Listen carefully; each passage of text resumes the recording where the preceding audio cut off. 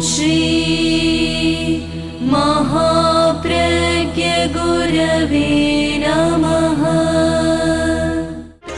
जिसके सांसों में रहता है शाश्वत शांति का स्पंदन, उस महाप्रज्ञ को वंदन, उस महाप्रज्ञ को वंदन।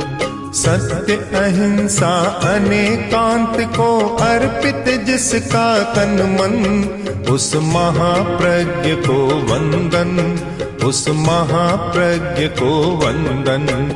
जिसके सांसों में रहता है शाश्वत शांति का स्पंदन, उस महाप्रज्ञ को वंदन, उस महाप्रज्ञ को वंदन।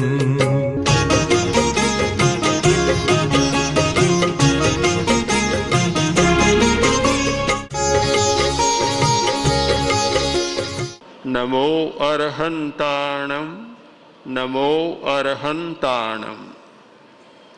आदमी वही काम करता है जिस प्रकार का संस्कार होता है। हमारे व्यवहार को चलाने वाला है हमारा संस्कार। सब जानते हैं कि टाइप करने वाला जब संस्कारी होता है तो फिर उसे बहुत ध्यान देने की जरूरत नहीं होती। नया मकान, नई सीढ़ियां हैं, पहली बार आदमी चलता है, बहुत सावधानी के साथ चलता है, किंतु जब संस्कार हो जाता है, स्नायुविक संस्कार, फिर जरूरत नहीं, ऐसे ही आराम से चढ़ता उतरता है। एक है हमारा शारीरिक संस्कार, स्नायुविक संस्कार। स्नायु अपने आप काम करते।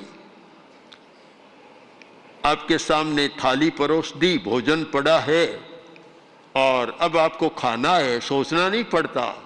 हाथ अपने आप जाता है, कौर तोड़ता है, मुंह में डालता है और मुंह भीतर चबाना शुरू हो जाता है, आदमी निगल लेता है। सारा संस्कार के द्वारा होता है। एक एक चीज को अगर सोचकर करे तो भोजन करना मुश्किल हो जाएगा। शारीरिक संस्कार, हमारा मानसिक संस्कार और तीसरा हमारा भावात्मक संस्कार। संस्कार का निर्माण करना, शारीरिक संस्कार का निर्माण करना भी कठिन है। अभी विद्यार्थियों ने आसन का प्रयोग किया, एक संस्कार का निर्माण हो गया। बड़ी कुशलता के साथ आसनों का प्रयोग किया। संस्कार का निर्माण किसके द्वारा होता है? शब्दों से नहीं होता, वह अभ्यास के द्वारा होता है। अभ्यास, शिक्षा का अर्थ यही था। विद्या और शिक्षा, शिक्षा का अर्थ ही है अभ्यास करना, केवल पढ़ना नहीं, अभ्यास करना। और अभ्यास के बिना संस्कार का निर्माण नहीं होता। शारीरिक अभ्यास, शारीरिक संस्कारों का निर्माण होता है। मानसिक अभ्यास, मानसिक संस्कारों का निर्माण होता है। और भावात्मक अभ्यास, भावात्मक संस्कारों का निर्माण होता है। मानसिक संस्कार का निर्माण,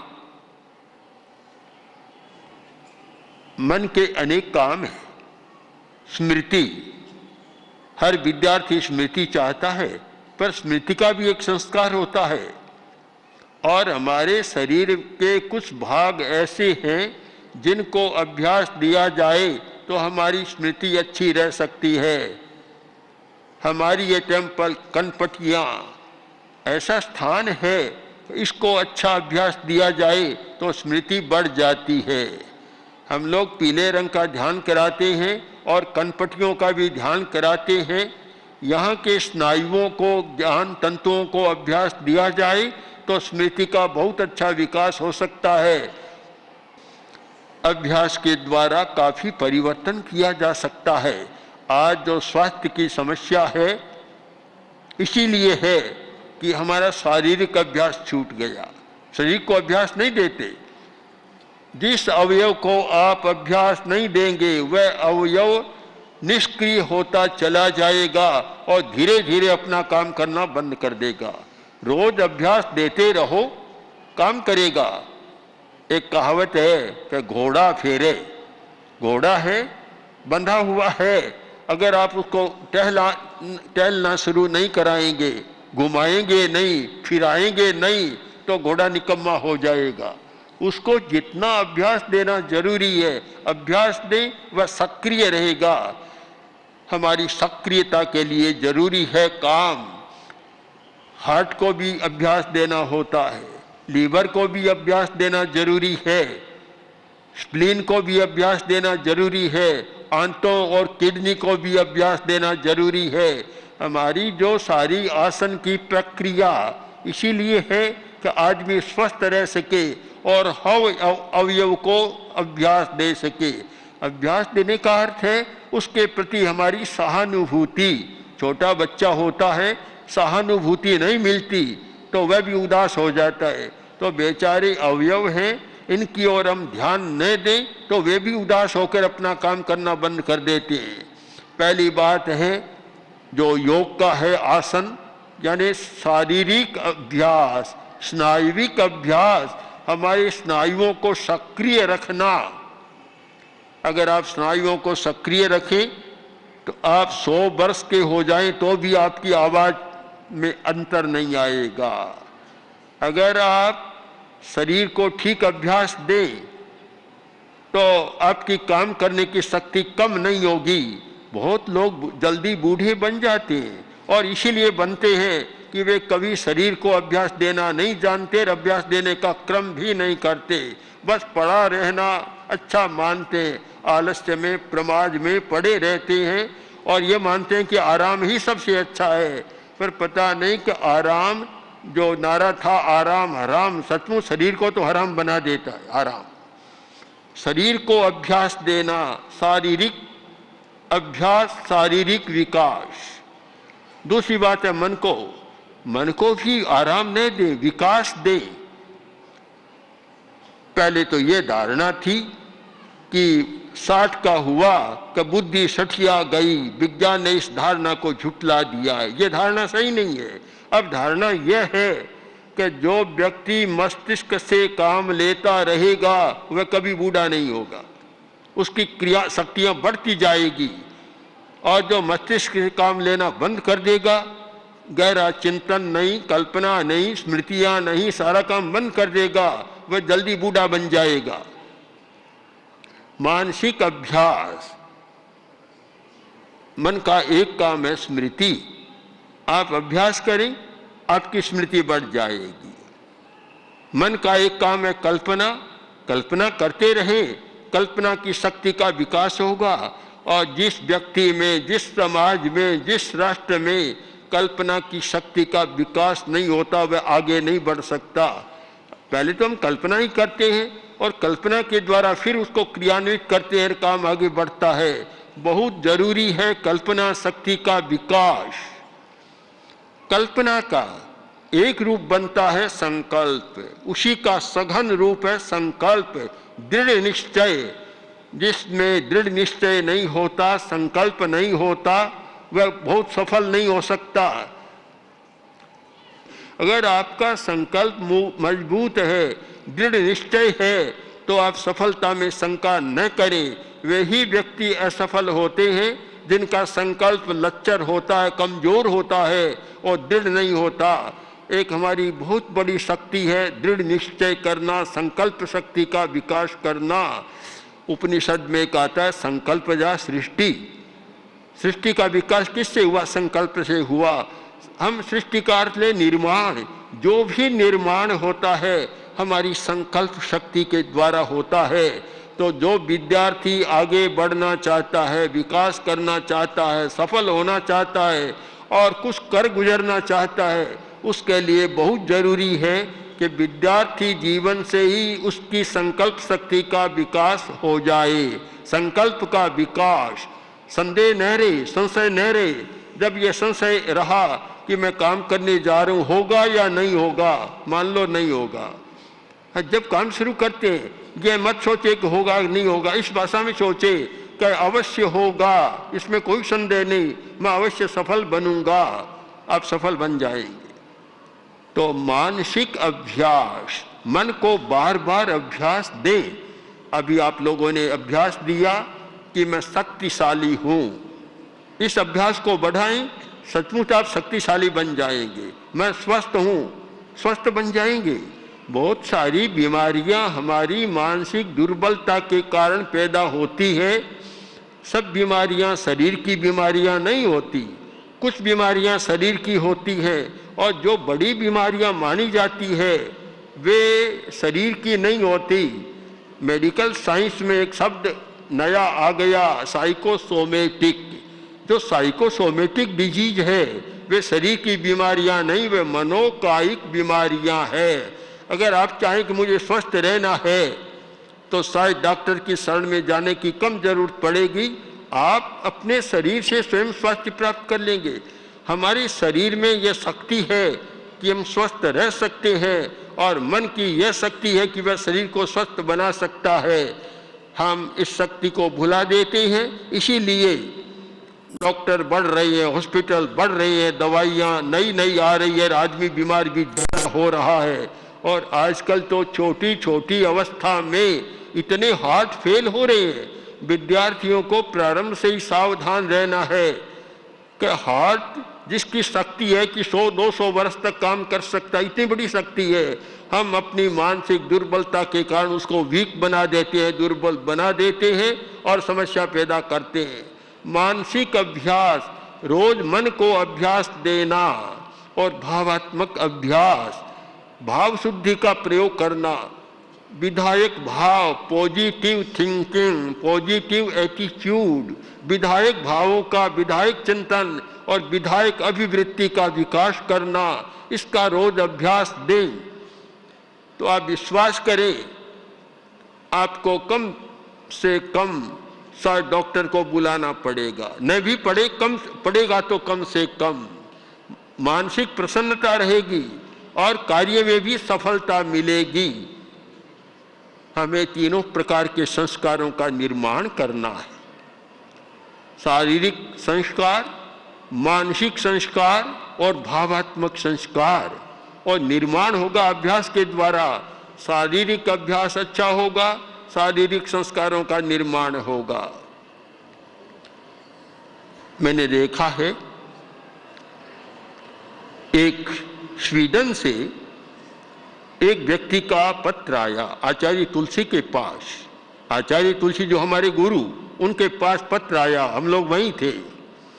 उसने लिखा कि मैं बीमार हो गया हूँ और कोई शरीर में 50 बीमारियां हो गई है। इतना बड़ा उसका फिक्स था कि इतनी बीमारियां हो गई है, और मैंने अमेरिका में, यूरोप में सब जगह इलाज करा लिए, मैं ठीक नहीं हो रहा हूँ।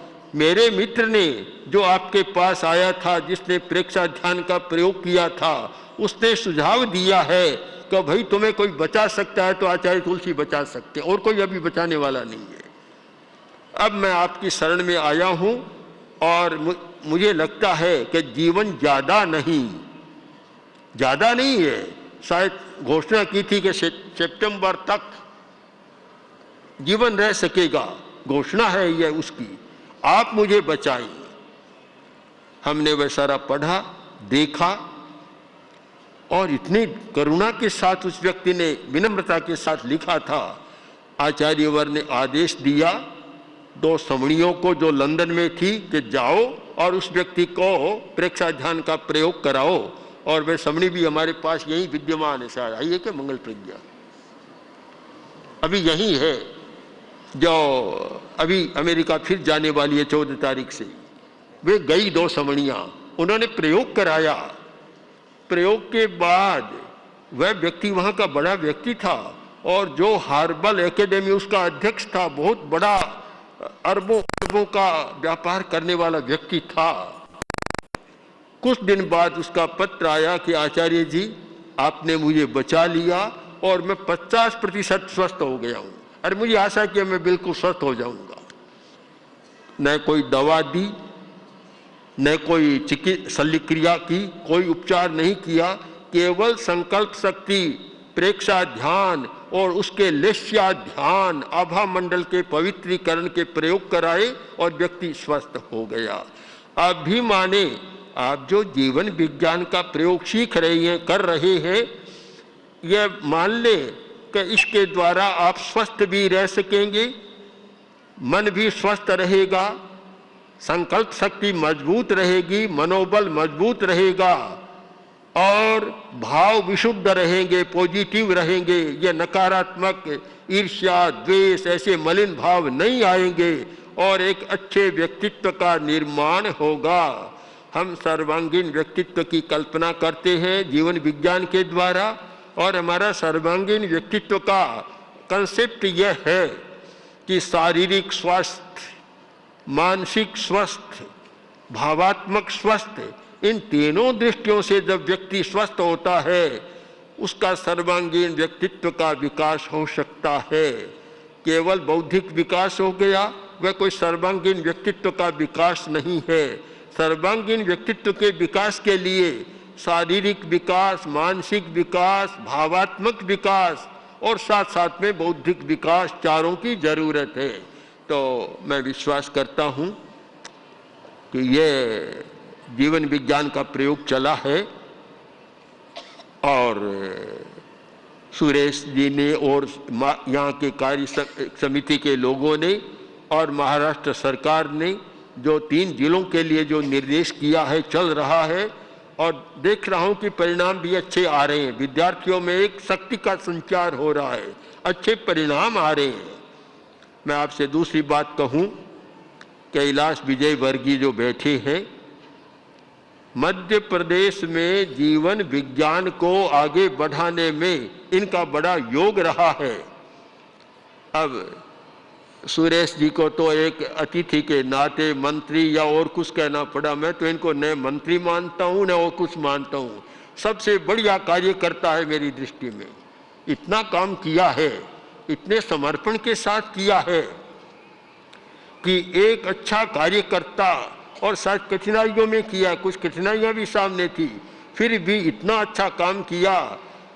कोठारी बंधु जो काम कर रहे थे, गौतम जी, सुरेश जी, अगर कैलाश जी का इतना योग नहीं होता तो उनकी भी समस्याएं होती, पर इनका इतना योग रहा कि उन्हें काम करने में कोई बाधा नहीं आई। तो वे भी हमारे सामने हैं।